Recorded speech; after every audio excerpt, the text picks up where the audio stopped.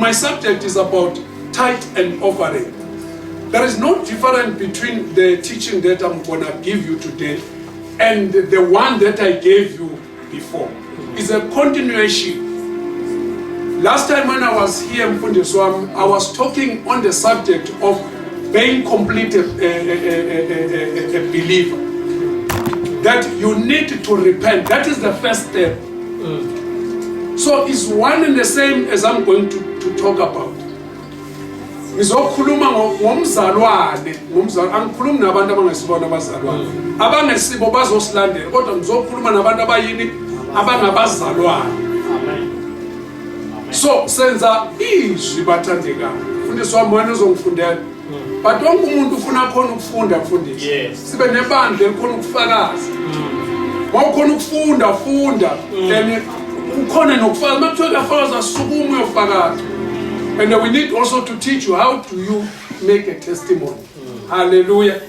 Sithunyiwe ke bathandekayo. Ngiphila ngezwi. Mfundisi wami ngicela siye nje kule yokuthi yini lesitshelo yona. We've got a mandate, a great commission that we want to achieve. Matthew chapter 28.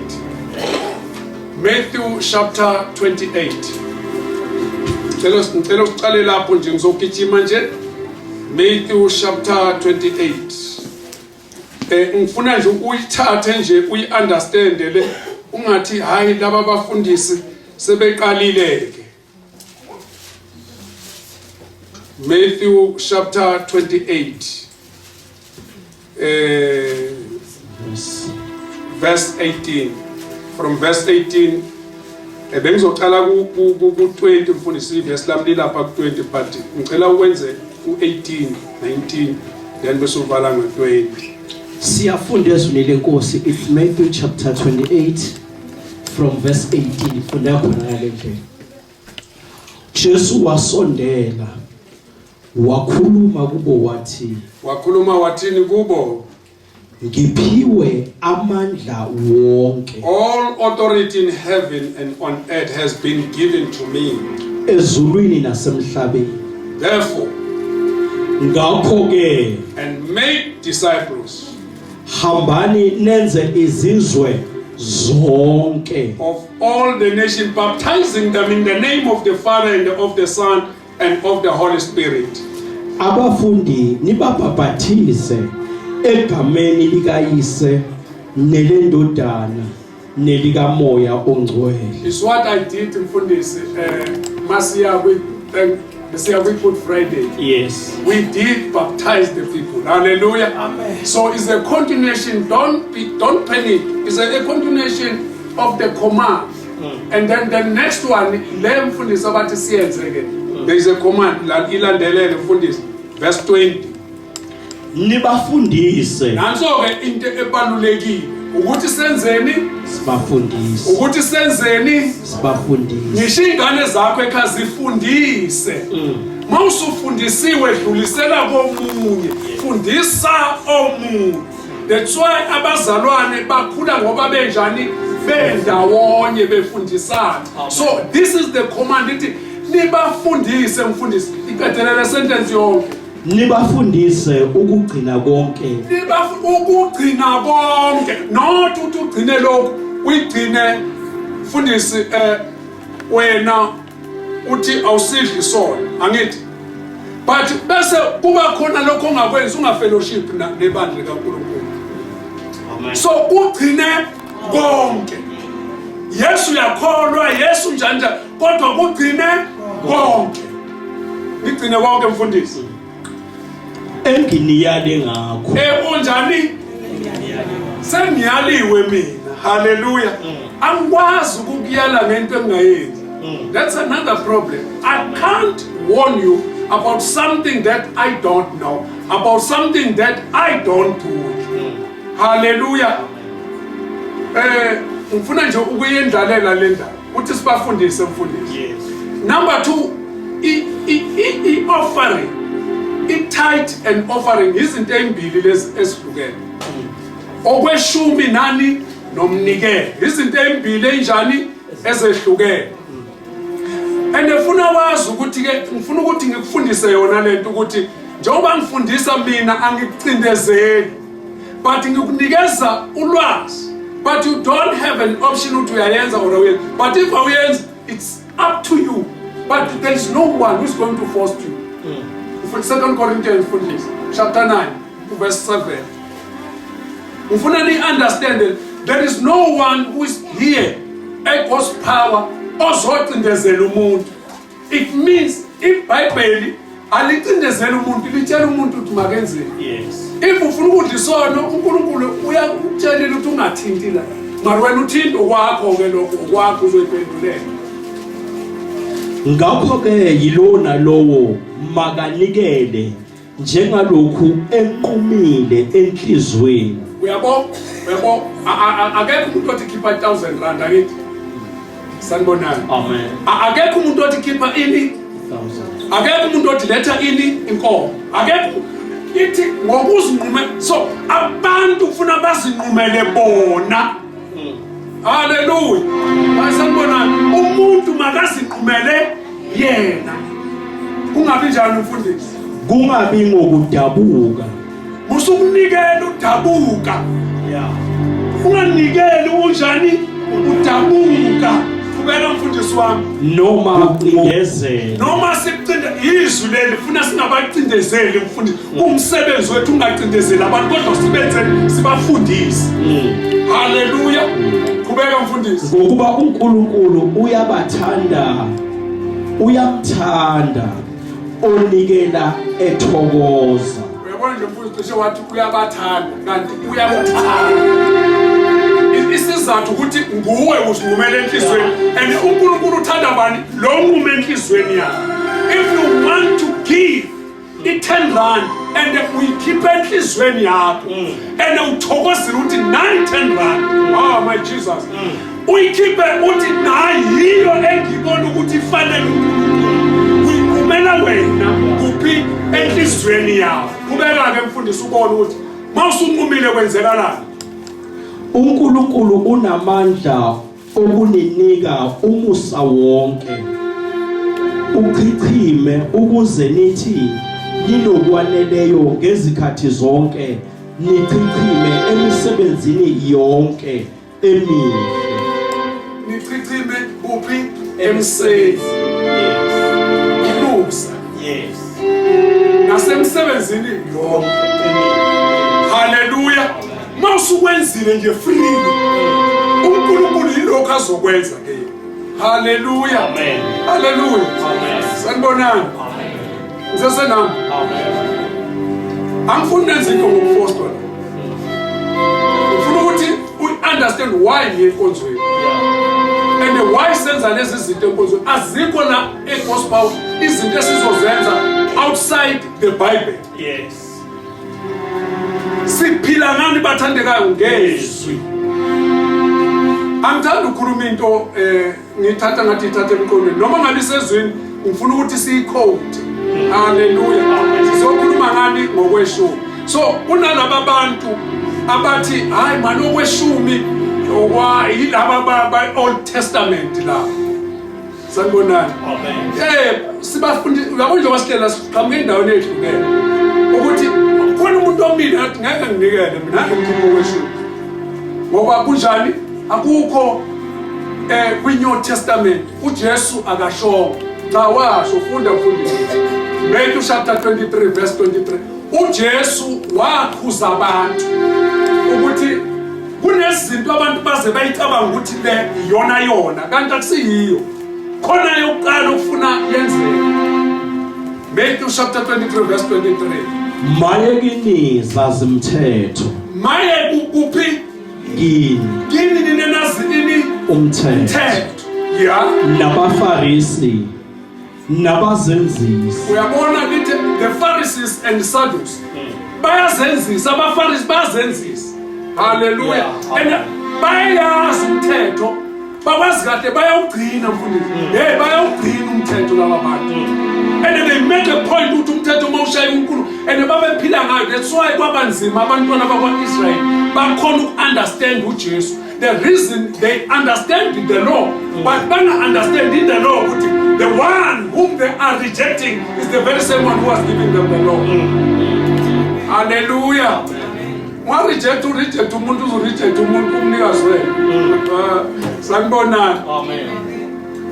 Qhubeka mfundisi wami. Ngokuba ninikela okweshumi Uyabona ke? kwesinkuntshane nokwentshungu nokokudonga kodwa nikushaye indiva okudingwa ngumthetho ubulungiswa isihawu nokukholwa benifanele ukwenza lokho kodwa ningakuyeki nalokho komthetho. Yes. He said, woe to you, scribes and Pharisees, you are hypocrites. You pay tithes of mint. Ne? Abenzi kukho konke okweshumi okufuna bathathe kukho abayenzi mistake bayakhokha. Yona into abacabanga ukuthi yona benza ngayo uNkulunkulu ukuthi ajabule. Hayi sanibonani. Amen. Angazi khona umuntu engikhuluma naye la. Amen. Ukhona engikhuluma naye. Ungathi ngoba naku sewukhipha itithe ucabanga ukuthi bese uqedile ebandleni. Uyekele ukwenza ini the justice. Nayi mfundisi khona ithi uyekele ukwenza the justice. Le kuza namenza. Uthi ke but you have disregarded the weightier matters of the law. And the mthetho when law is justice. Injustice matua, the justice must still be done. Funa ibonakale yenzani yenziwa. Uthengo kweshumi ngelisani endlini yami ukuze senzeni sinikeza abampofu ngoba asinguthi akabazi uNkulunkulu abantu abampofu ukuthi bakhona. Hayi sanibonani. Manje nina ngiyekela ukupha kanjani abampofu? Yes ngiyakhokha kweshumi kodwa abampofu anibanaki. Sanibonani. Sanibonani. Sanibonani. Ngenzela ukuthi uthi mawenza into uyenze ngani ngoqobo.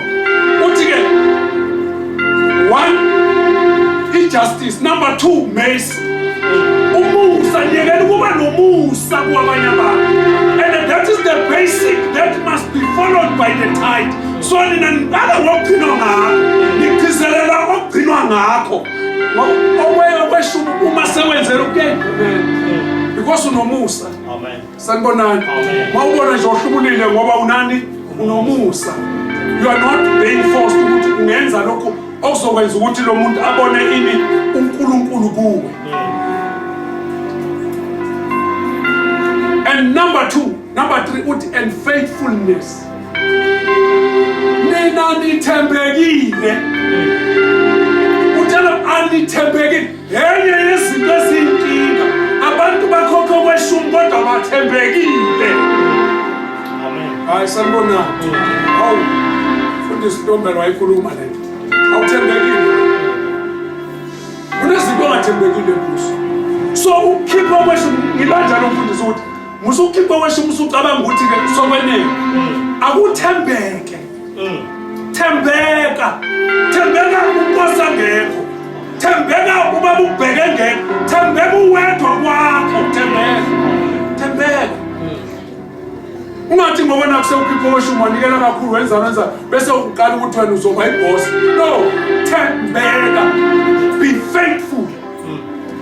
Be faithful. Sambe malaika mfundisi. Sambe nje mfundisi. Ubhale nje ubhale uyihlanganisa ukuthi mawufika ekhaya uzoyibona ukuthi izokwenzela ini lento engikhuluma ngayo.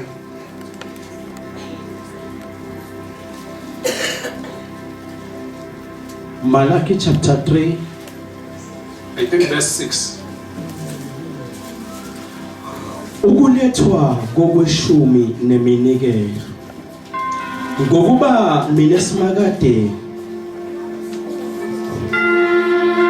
Yeah, verse 6. ngathi ngiphethelele usevulekele iBhayibheli futhi angifuna ngokuba mina simakade angiguquki. Uthini uNkulunkulu? Akaguquki. Bathandekayo, I don't change as a man. I am God who does not change. Angidiki. ukuthi I don't have a mistake. Angenzi imistake. Ngiyahlala ezwini lami uthi ngiyalilonda izwi lakhe. Haleluya. Bese thi nawe lilonde izwi lakhe ukuze wenzeni ungoni. Mahubo 119 futhi athi ngiyalonda enhlizweni yami ukuze ngimone izwi lakhe ukuze ngingoni. Ulondeni wena enhlizweni yami. Ingakho ngizokulondisa ngento ezokwenza ukuthi wena ungoni phambi kaNkulunkulu. Funda mfundisi. Nani madodana kaJakobe anikapheli kusukela ezinsukwini zokhokho benu niphambukile ezimisweni zami. Nenzeni emisweni zami Niphambukile. Asiyekele ukuphambuka emisweni zikabani zikaNkulunkulu. Khona into asimisele yona uNkulunkulu ukuthi masiyenze kunemiso. That's why I'm here to talk about the tithe and offering, because we cannot run away from it. Hallelujah. Kubeka mfundisi. Nangazigcina buyelani kimi. Yenzani? Buyelani kimi. Buyelani kubani? Not kuntombela, not kunkosi. Hallelujah. Amen. Buyelani kubani? Ujehova. Because mawusuke ayikho into esemqoka aqali tithe uqala ukubuyela kuyo. yes Hayi sanibonani. Akuqali ngetithe, uqala ngani ukuthi wena ubuyele kubani kuye. Uyakhuluma uNkulunkulu manje nawe uyakushunga. Akushuke nawe uzuza ukuthi akushuke wena. Mawubuyele kuye. Kubeka mfundisi wakhe. Buyelani kimi nami ngizobuyela kini. Buyelani kimi nami ngizokwenzani? Ngizobuyela kini. Zobuyela kuphi? Kini. Kusho usimakade wamabala. Usho bani? Usimakade. Yeah. Wani wamabala. Kodwa niyazibuza nithi sizobuyela kanjani na? Yes. Umuntu angamqola yini uNkulunkulu na? Lokho niyangiqola. Can you rob God? Ningamqola yini uNkulunkulu? Bese thi kepha nenzani? Siyamqola. Bese niyabuza mfundisi, how? Njengoba sizempuzweni senza yonke into, simqola ngani? Ngokweshumi nangeminikelo. Ngokweshumi nangani? Nangeminikelo. Nangeminikelo uthandazayo. Liphilile baba izwi lakho linamandla nasemini uNkulunkulu ophilayo. Aliphumi kungenasidingo futhi alibuyeli emuva lilabatha. uNkulunkulu onamandla onke litshale somandla bese uyamnisela njengembewu kuleyo naleyo mpilo emini egameni likaJesu Kristu waseNazaretha. Khuluma uNkulunkulu wethu sikulalele in Jesus name of Nazareth. Amen. Hallelujah. Titumakelane timaki. Titumakelane. Mshaye smile lawo wakwata nje manje. Mshaye smile, ubuke ngesmile. Smile. Mtshelele ukuthi waze wamuhle. Waze wamuhle ma.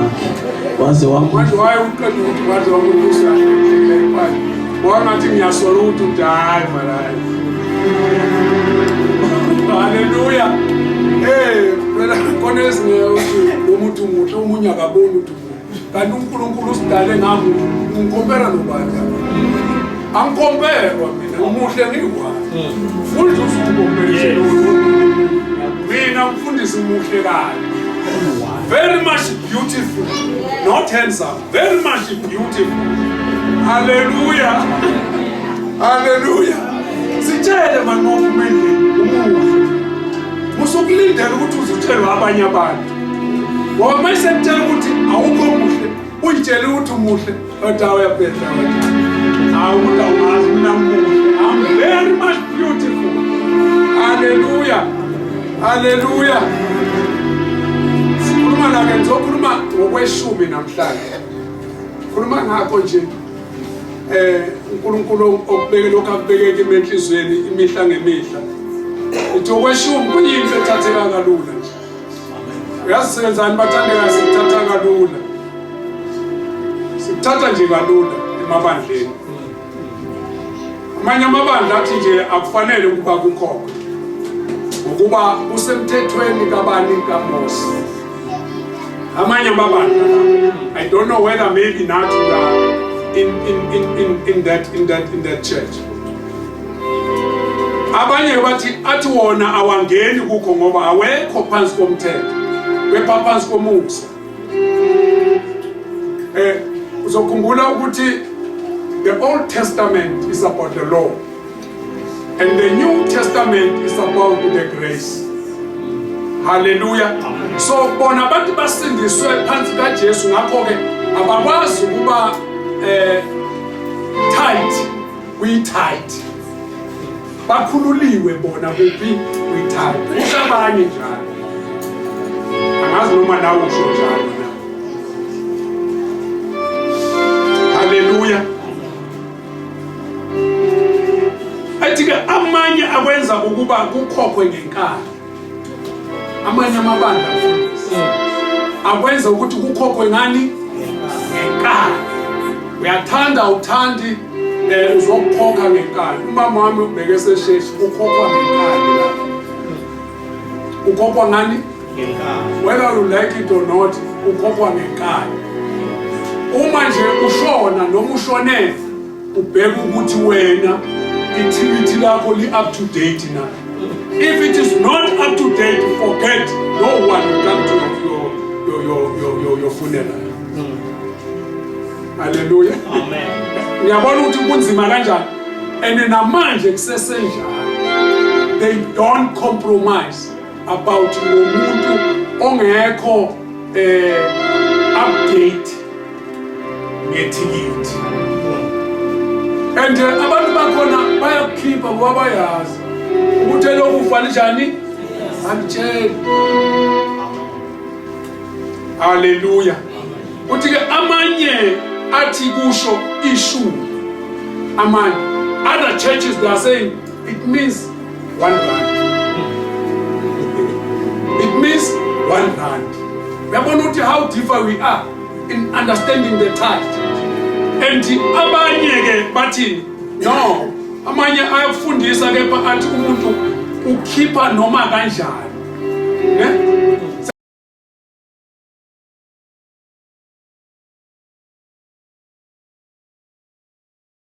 Ngiyafundisa ke manje, ne? Bese ngicine bese nje no, khipha noma kanjani. No, umnikelo lo khipha noma kanjani. Okweshumi, that's why the name is the tithe. Okweshumi. It means we have 1, 2, 3, 4, 5, 6, 7, 8, 9. Okwe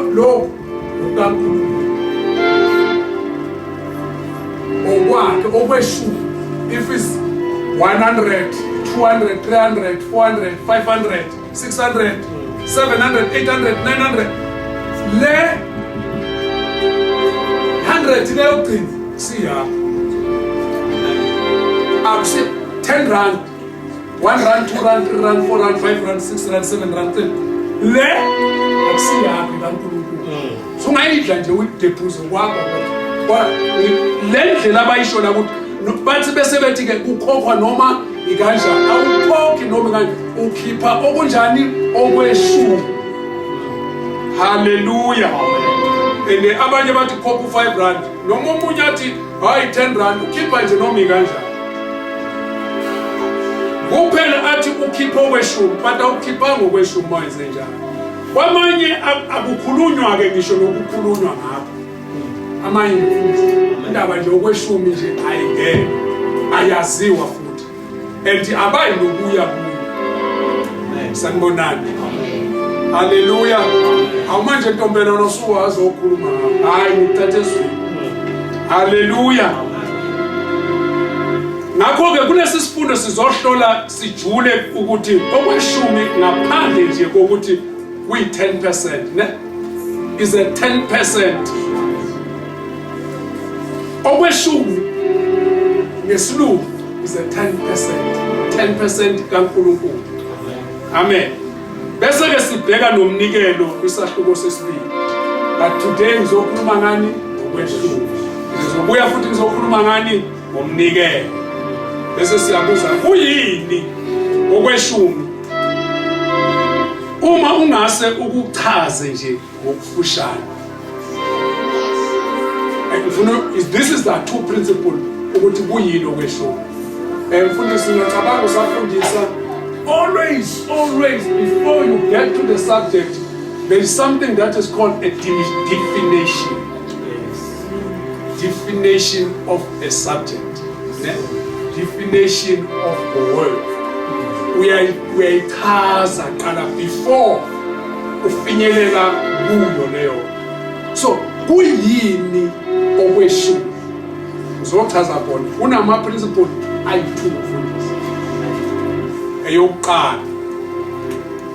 Ngabeke sewufana nalo hamba uyofunda phesheya. Ne? Athi ngifunde uqala esibili nesithathu. Uqala libe. Esibili khomele uqala. Nayo nje libe. Esithathu yona Hallelujah. Uthi ke uyingcenye uNkulunkulu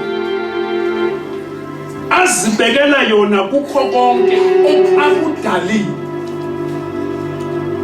Kuyingcenye uNkulunkulu azibekele yona kukho konke kanjani akudalile. Udalo ubani? Whatever that you got was created by God. So it belongs to God. Hallelujah. Is that part that belongs to God. Ingcenye ebelonga kubani? uNkulunkulu kukho konke akwenzeni akudalile. Mawuqhube ukudalile. Number 2, akunika ini abantu. Lento onayo winika ubani? uNkulunkulu. Noma akupha abantu. Yilo akunika abantu noma akupha ini kunezinto uNkulunkulu akuphezulu wena ongadeserve ukuthi uyithola. Kodwa ukuphila. So here uthi ke kuyingcenye kaNkulunkulu, it belongs to God, that he gives to people, or something that he gives freely to them. Ukuze benze bona ukuba bakusebenzise ukuthi bakwenzeni lento akunikeze uNkulunkulu uyisebenzise. Makakunika imali isebenzise. Wakunika ilendi isebenzise. Wakunika abantwana basebenzise. Amen. Sanibona ukuphila ngithi uNkulunkulu ukunikeze yona bese ethi yenzani isebenzise. How do you use umntwana? Uyamkhulisa, uyamfundisa. Sasa uma ungasenamandla wenzani? Umfundisile ngithi unceda wena. Number 1. Ngizolo ngiphinda bazalwane. Always remember in your life this part of God that he gave it to you so that you can use it.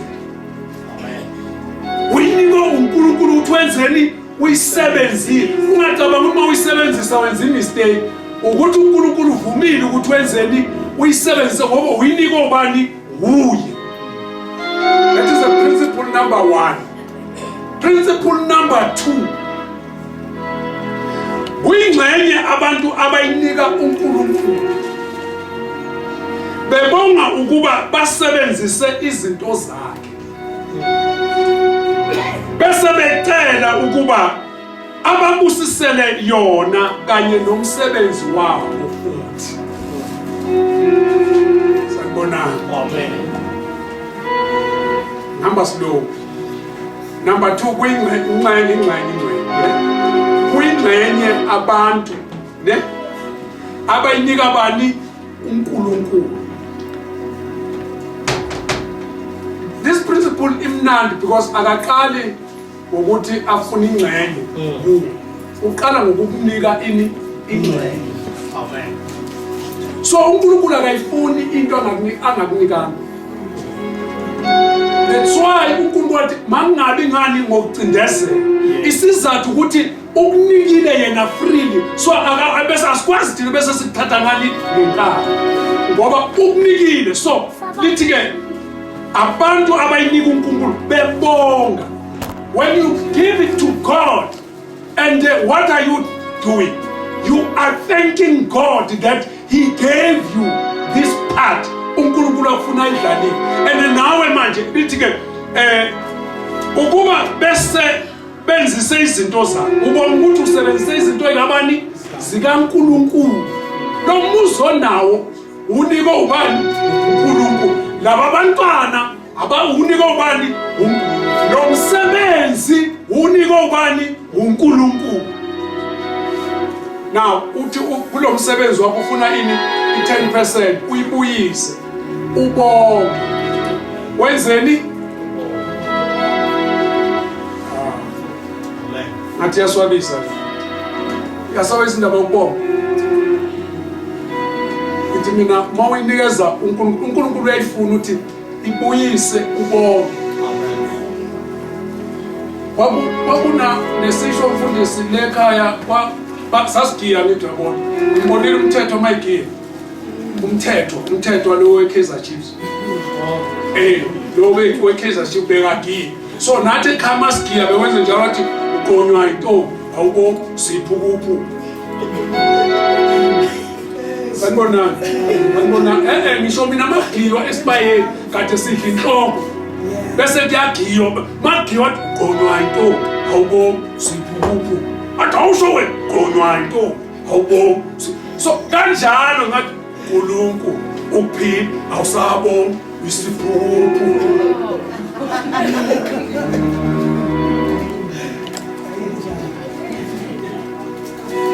Ayikho into ebuhlungu njengomuntu ongabonga. Bathanda nayithathana uyazi nje ukuthi thank you. Thank you. Okay, don't say now we are paying first, but even a mentality ukuthi I'm going to thank God. What He gave me is so amazing. It's so great. And I'm needing the shoulder. I'm needing the pelé. Amen. Why can't you go to God and say thank you? He gave you the first thing. He gave you life.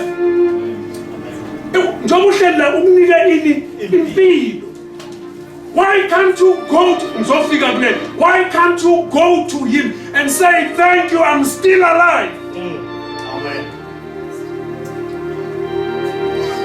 Uthi izinto zakhe bese becela ukuba ababusisele yona. When you give, the intention to give it back to God is to ask God to bless it. Amen. Hallelujah. Amen. Lithi ke ukucela ukuba to bless it. That part of 10% umnikeza with the intention ukuthi ayenzeni ayibusise. Oh. Ubusisa ini le. That is number 1. Number 2. Kanye nomsebenzi wakho.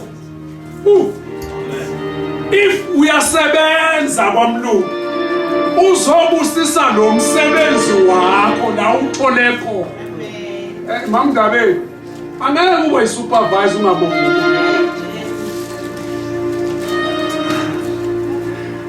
Take the man uNkulunkulu ukunikeza. Ngiyakhumbula nje ukuthi mamndabeni wena uqashwe nje mawufika la eGospel. Nje nawe mamdu mawufika la wathola umsebenzi, because angifuni umuntu ongasebenzi uzomtshela mina angikumotivate ngiyakutshela sebenza ngezandla zakho lezi.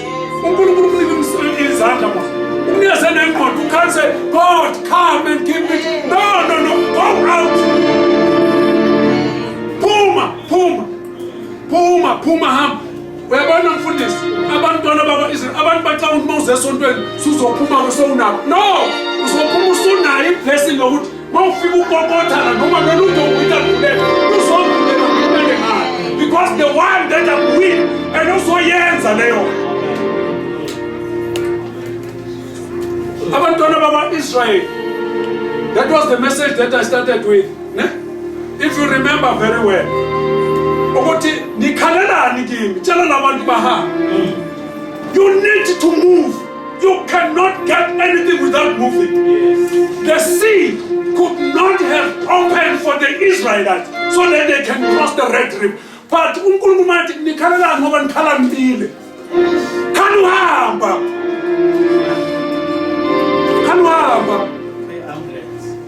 Hey. Wawayibona i-ambulance masibili shamala indabomvu kuphela. Ukutshengisa ukuthi kune-ambulance la. Kuyingxenye ukuthi uyinikeza uNkulunkulu besenzani? Ayibusise. Bese inikeza amandla. Hallelujah. Uyinikeza ini? Give it the power. He strengthened it. Ukuthi mawuzofunda umalayithi umfundisi lapho sifunde khona. Mawubheka ukuthi why into ayifuna ukuthi nibone mawusunikeza nibone ngemvule namasango abanye amafastela ezulu. Uthi nikhuze nani ngesikonyana. Ubheke sofika kwemfundisi kuna 7 functions or ama responsibility athi othi mawuyibuyisela uNkulunkulu uyayenza leyo. Khuluma ngowami mina umsebenzi. Sanibonani. Nayi into abantu abangayazi ukuthi yenze. In terms of this principle, i-principle yesibili kaNkulunkulu. uNkulunkulu akasadali manje, kepha usebenzisa le ngxenye njalo ukwandisa izinto. Usebenzisa le ngxenye 10% ukuze enzeni andise ini izinto. Bithi ke lapha emhlabeni usebenzisa umthetho wokutshala nokuvuna. La emhlabeni awukho umuntu umthetho wokwandisa uNkulunkulu awusebenzisayo. This is the principle of sowing and harvest. Sanibona. Amen. This is the principle. Mawungatshalanga. Ngiyafuna uhamba nathi uthi uyovuna ungatshalanga. Utshalwa uqala. And there is something that God do first. He will give you the seed. Amen. Ngicela nifunde chapter 8, 2 Corinthians mfundisi. Lapho kukhulunywa ngomnikelo chapter 8, chapter 9, chapter 10. Kukhulunywa ngomnikelo. So, mawungayifunda le ithi ikhuluma ngesithi the one who gave the seed. uNkulunkulu okunikeze lo msebenzi. It means he gave you the seed. So, mawusefuna utshale njengoba enikeze the seed, go and sow it. Amen. And if unikeze iseed eningi, itshale njengoba ubuningi bayo. The reason the principle ukuthi you will harvest what you sow. Uzovuna onjani okutshali. Awukwazi ukutshala kancane usuvuna kakhulu. Sanibonani. Usebenzisa iprinciple yani yokutshala nokuvuna. Yabona nje ibandla njengoba ngilifundisa, angifuni kube ibandla eleswelayo ngoba kufuze wazi ukuthi mangikhulekela ukuthi uNkulunkulu akunikeze ini imbewu. And imbewu zethu uNkulunkulu akuneza zonke ziningi. Ngasuku uyomala ikhona udayise ini amatamati. Ngiyazi abanye abafundi bese becomplain abantu abangaphandle. Bathi abantu bangaphandle basithathela ini umsebenzi. Kanti wena awufuni ukuhlala estradini ngoba usaba untombela uzodlula kubona ukuthi uhlele estradini. Amen. Ngitshela wena.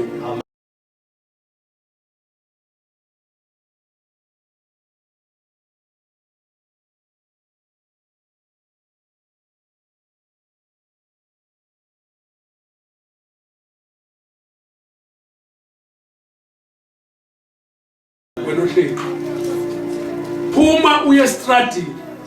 Zini uNkulunkulu yabo mfundisi lento engibeke la ye banner. Today I want to mina qobo lwami mfundisi. Mangikhula mina. I had a vision. Benginombono ngami. not ngomunye umuntu. Amen. Ngazalelwe esithenjini. Ngesazi isithembu. Kwakunomama omncane, umama wami wakumama mkhulu. Impilo yakhona, ivision yami angisifuni isithembu uzobe namhlanje. Angisifuni isithembu. That was my vision. 1. Number 2, my vision was ukuthi I want to be educated. That was my vision. I grew up with these 2 visions. Ukuthi I want to have my own family. Not included noma ngakhe ebaleni lasekhaya. Ngakhe ngene ngiyikhulisela abantwana bami ngingekho. Sanibonani. Sanibonani bathanda. Ngikhuluma nomuntu one vision. Amen. I wanted ukuthi ngiganwe ngibe nonkosikazi. Ngibe nabantwana. That was my vision. So if you do not have a vision, you are dead. Yes. That's why usithola ula uphindele na ula. Ngalina into ne vision ngama ufuna ukudayisa amatamati, yiba ne vision ukuthi kusasa ngizobe ngidayisa ini amatamati. Ngelinye ilanga ngizobe ngidayisa ngivula isipanzi. Ngelinye ilanga ngizobe ngivula supermarket. Sanibonani. Have a vision as a person. Iba ne vision. Fundisa ikhona le banner ayikho la. Ngikhohlwe endlini eyakho endlini. Eyase prison ikhona. Uhle ibandla lihambe linani ni vision. Ukholelwa ini? Ukholelwa ini? You need to understand why are you the brother and sister, you are the believer. Sengihamba ke. Uthi ke uthatha lengxenye anikwe yona, ayibusise, ayinika amandla okwanda. Bese eyibuyisela kulowo oyikhiphile. That's a principle kaNkulunkulu. Wenzani? Uthatha lengxenye anikwe yona. Yes. Inikwe ubani? Unikwe uNkulunkulu lo wenzayo. Yeah. Uthatha lengxenye uNkulunkulu anikwe yona. So meaning if akanikwanga lutho, akunalutho azoyibusisa. Sanibonani. Ngiyaphinda futhi uNkulunkulu uthatha lengxenye anikwe yona. Anikwe ubani? Uwe futhi. Yes. Besenzayo ayibusise ngokuqala. Number 2, ayinika amandla. Uyabona ibhizinisi ulinikeza amandla lokukhulu okuliphumelelisa. Ani kuthiwa sekuvaliwe sivule. Uyinikeza ini? Amandla okwanda. Abantwana bakaNkulunkulu that's why kuthiwa abazalwane. Iqala ngabazalwane bayazalana ngoba bayakwazi ukwanda. They are able to use the seed that have been sown in them, of which the seed that have been sown to you, it is the word of God that you have to share with other people, because the gospel means good news. Uyele stratini sakho awubatsheli ngegood news oyitholile. Sanibonani. But let me tell you today, mangibuya ngifuna ubambe le principle. uNkulunkulu usebenzisa iprinciple yani yokutshala nani bese ke ukuthi lokho okuvunile bese uthatha i10% unikeze bani uNkulunkulu. Bese enzana uNkulunkulu uyabusisa. Mayise kubusisile akunike ini amandla. Ani okwanda. Oh, Nkosi Jesu. Sanibona. Ukona ngizwayo. Ukona ngizwayo bathandekayo.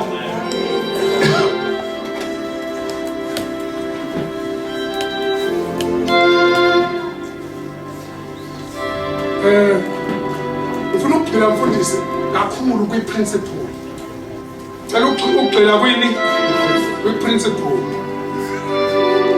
Ufuna sibheke ukuthi kwaqala uzobona ukuthi namhlanje konakele.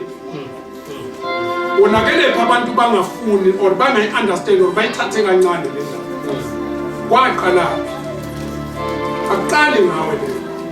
Ngoba nawe uri-reluctant aqale ngawe. njengoba nawe disobedient akukale nawe kodwa ukuthi labo lithi iBhayibheli banqamula ulwandle olubomvu benzani babhabhadiswa ifulani phezulu kwabo so nani lithi bonke labo banjani bafela ehlane so nina ningasafeli kuphi ngenani eKhenani so kungumsebenzi wami ukungenisa kuphi eKhenani uthi ke uma sihlole eBhayibhelini kungokucophelela sizobona ukuthi kusukela kuGenesis kuya kwiSambulo ne kusuka kuGenesis kuya kuphi kwiSambulo kukhona izinto ezifanekisela okweshumi uNkulunkulu ayibekile ukuba zibe ezakhe ukuze azibusise azandise azibekile ukuthi lezi ayithini ayisenibona ngicela ukuvezela iya kuGenesis imfundiso ufuna uyiqonde le ndaba yokweshumi yaqala ngoba abantu baze babe nesibindi esikhulu sokwenzani sokungagcini izwi kabani likaNkulunkulu funda uverse 2 chapter 2 verse 2 Genesis ila kuqala khona yabo nje mfundisi besingafunda nje ngisho umnikelo ubona mfundisi uKhayini noAbel ukubuza ukuthi how uKhayini noAbel babefundisa obani bayanikela kodwa bakwenza siyokuchaza ngelinyanga mfundisi kodwa bakwenza ene mase bekwenza omunye wenza ngalokho anikwe khona nalokho unenza ngandlela anikwe ngayo isizathu sokubabulalane yini because wenze nje uNkulunkulu efuna usebenza ngombila uthatha umbili uyawusa akathokozi ngombili uNkulunkulu bayingathokozi ngombili cha indlela ipositioning kaKhayini ne-intention kaKhayini yiyo yayi-wrong imotive yokunikela so yile kade sifuna ukuthi akufuneki ukuthi unikele ngani ngokucindezela nangokudabuka sanibonana funda mfundisi verse 2 uNkulunkulu waqeda ngosuku lwesikhombisa imisebenzi yakhe abeyenzile waphumula ngosuku lwesikhombisa lwesikhombisa emisebenzini yakhe yonke abeyenzile yes verse 3 uNkulunkulu wabusisa usuku lwesikhombisa walungcolisa ngokuba ngalolo suku waphumula emisebenzini yonke abeyidalile uNkulunkulu wayenza amen sanibonani lithi uNkulunkulu wenza bonke wasebenza usuku lokuqala olwesibili olwesithathu olwesine olwesihlanu olwesithupha Yes. wasethi ngosuku lwesikhombisa lolu suku ngiyaphumula Jesus. usuku lwami sanibonani Amen. ngosuku lesikhombisa kathi ngalolu suku ngenzeni ngiyaphumula abantwana bakwaIsrayeli ngesabatha niyawazi amasabatha namanje sanibona niyawazi amasabatha Yes.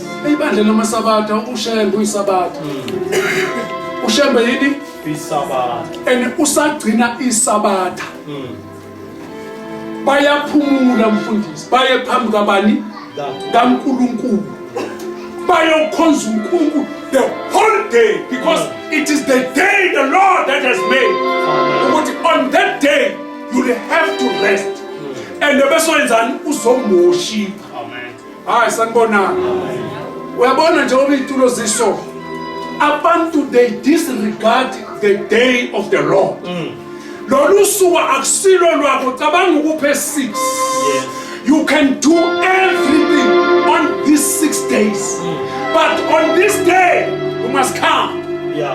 and God is expecting you to come and fellowship with other brothers and sisters Amen. uzokhonza nabani nabazalwane bonke yes uyamkhonza ulewe ufike emsebenzi but on this day uNkulunkulu ulibeke lwaba olwakhe lolu suku ulibekela kanjani bathandekayo Right. ngixoxela indaba ukuthi namhlanje njengoba nikhona kuyenzeka la usuku lwakhe ulindele wonke uNkulunkulu akana sorry ngomuntu ongekho but uyajaba. Each and everyone here have got his own angel. Wonke umuntu la njoba sihleli la une angel yakhe. Reporter mayiqeda ukufika ihambe yo report ukuthi ufikile. If they petty blessing athi ngimnikile ngamama ngisana angel. Sanibonani. Amen. Sanibonani. On this day, all our angels, hallelujah, all our angels are here. Yes. Sanibonani. Amen. Ingilosi bantwana bami zimile la ngesonto. Yeah. Zilindele wena ukuzokunika lento. Is either ngaba impilo nomsebenzi or ini. Zimile la. Eyami ze kubani uNtombela. Eyakho. Isebani ku. Imele bani wena. Ilethe ini the blessing. Ifike. Angena uNkosi. Mayingena. Is a smile. Was I make a smile? Amen. Amen. Even better. I bless you. Amen. I will save you from the accidents. Jesus. Now they said, he said, now Mama What's he said, now you figure back. Here is the blessing. I will give you life. Amen. Each and everyone, see corner it. Yes. Sonke sikhona manje bese khona labangekho. Khona labanjani? Abangekho. Ngosuku kabani? Ngasuku. Disobedience. Amen.